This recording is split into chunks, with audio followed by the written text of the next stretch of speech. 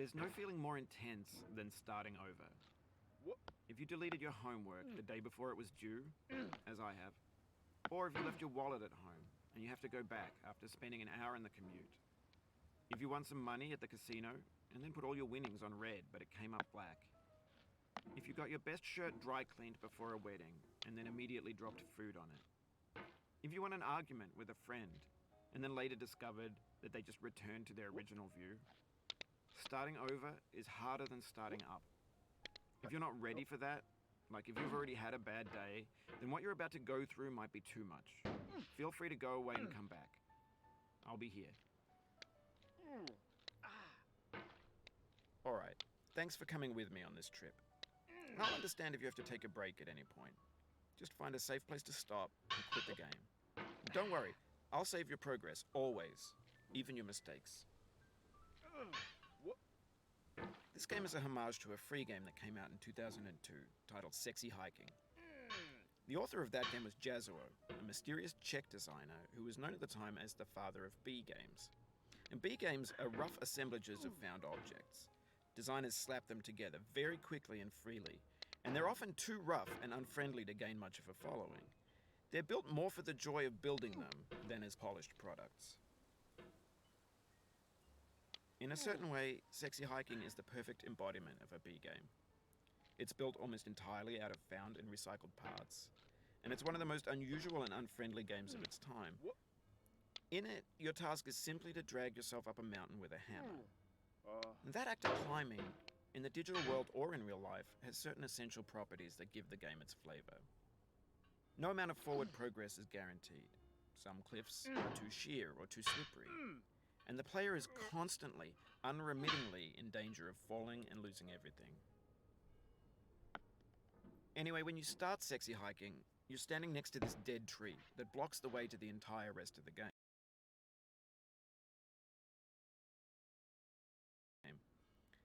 It might take you an hour to get over that tree, and a lot of people never got past it.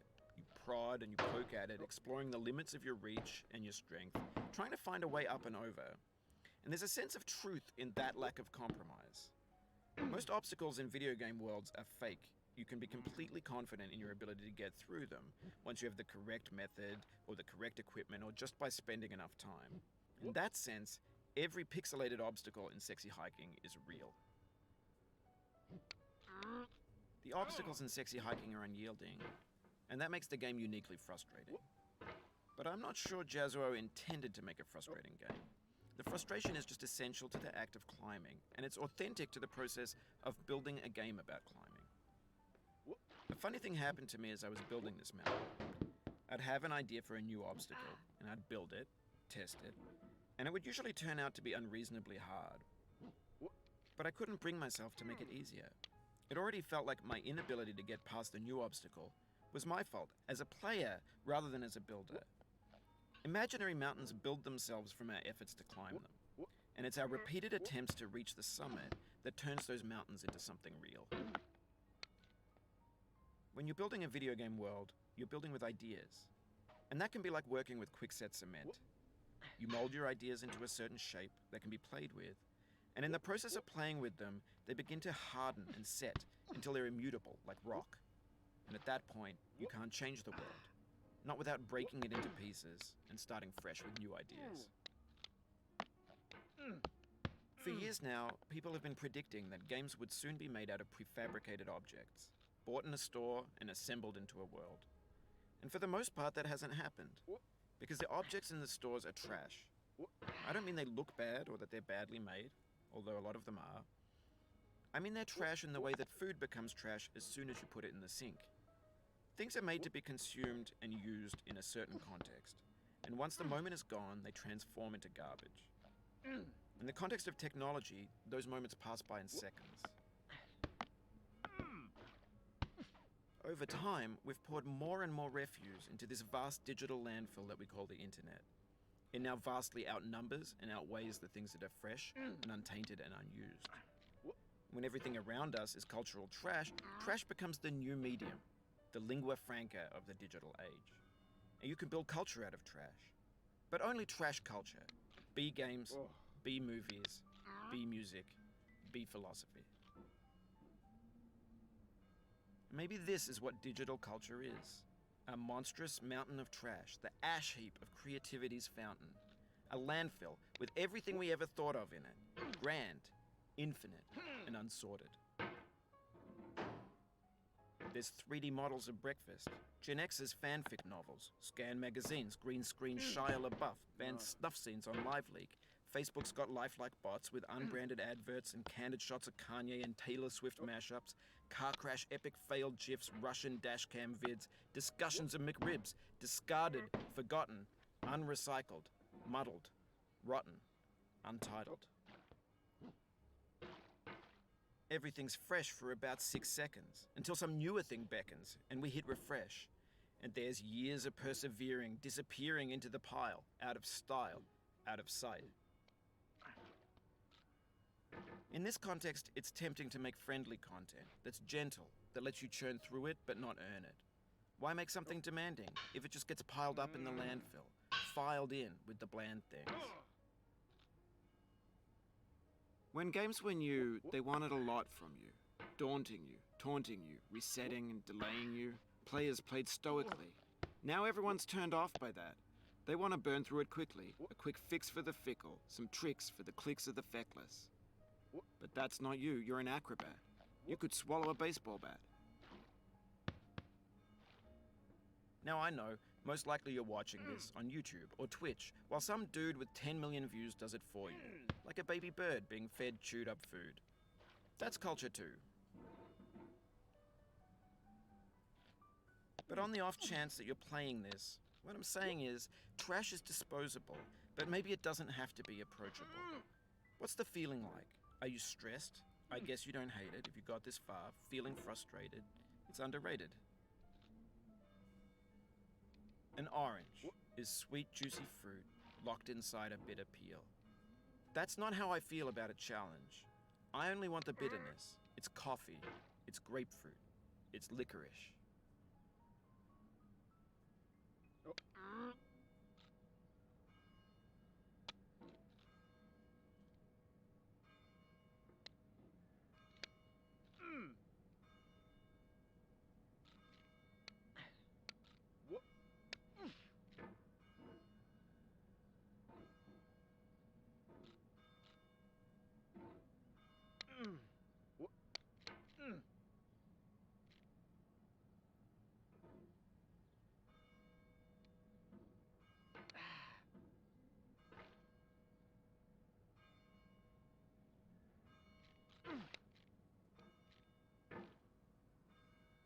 It feels like we're closer now, composer and climber, designer and user.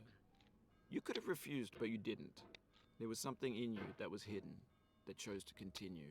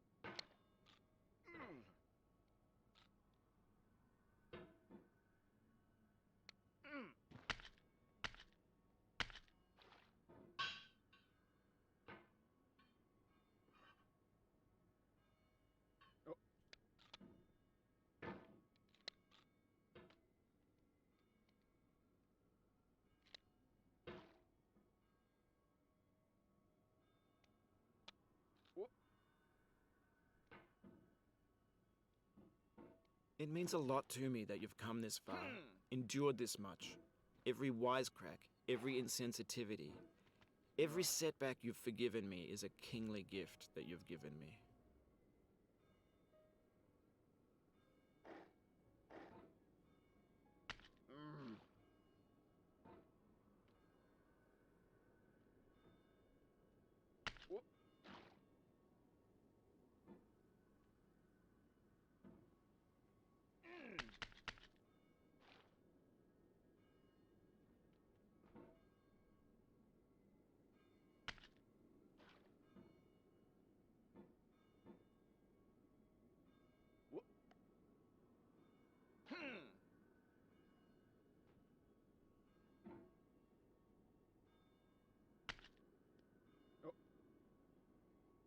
We have the same taste, you and I. It's not ambition. It's ambition's opposite.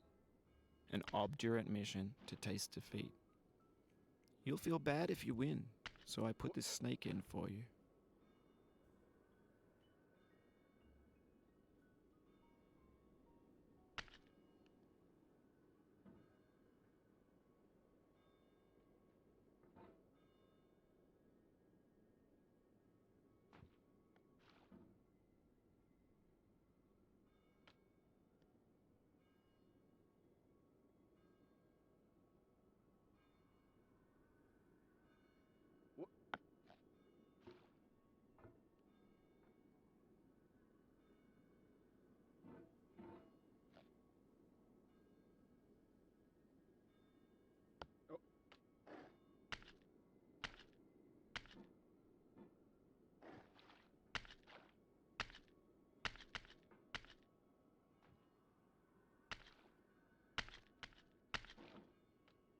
Have you thought about who you are in this? Are you the man in the pot, Diogenes? Are you his hand? Are you the top of his hammer? I think not. Where your hand moves, the hammer may not follow, nor the man, nor the man's hand. In this you're his will, his intent, the embodied resolve in his uphill ascent.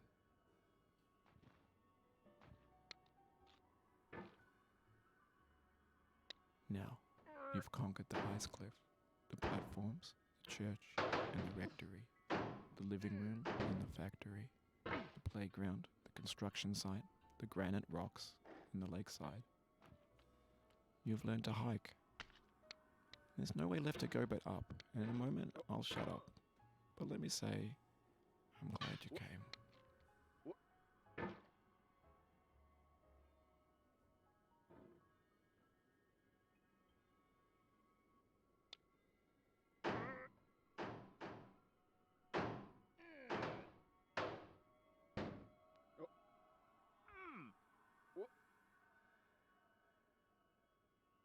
I dedicate this game to you, the one who came this far.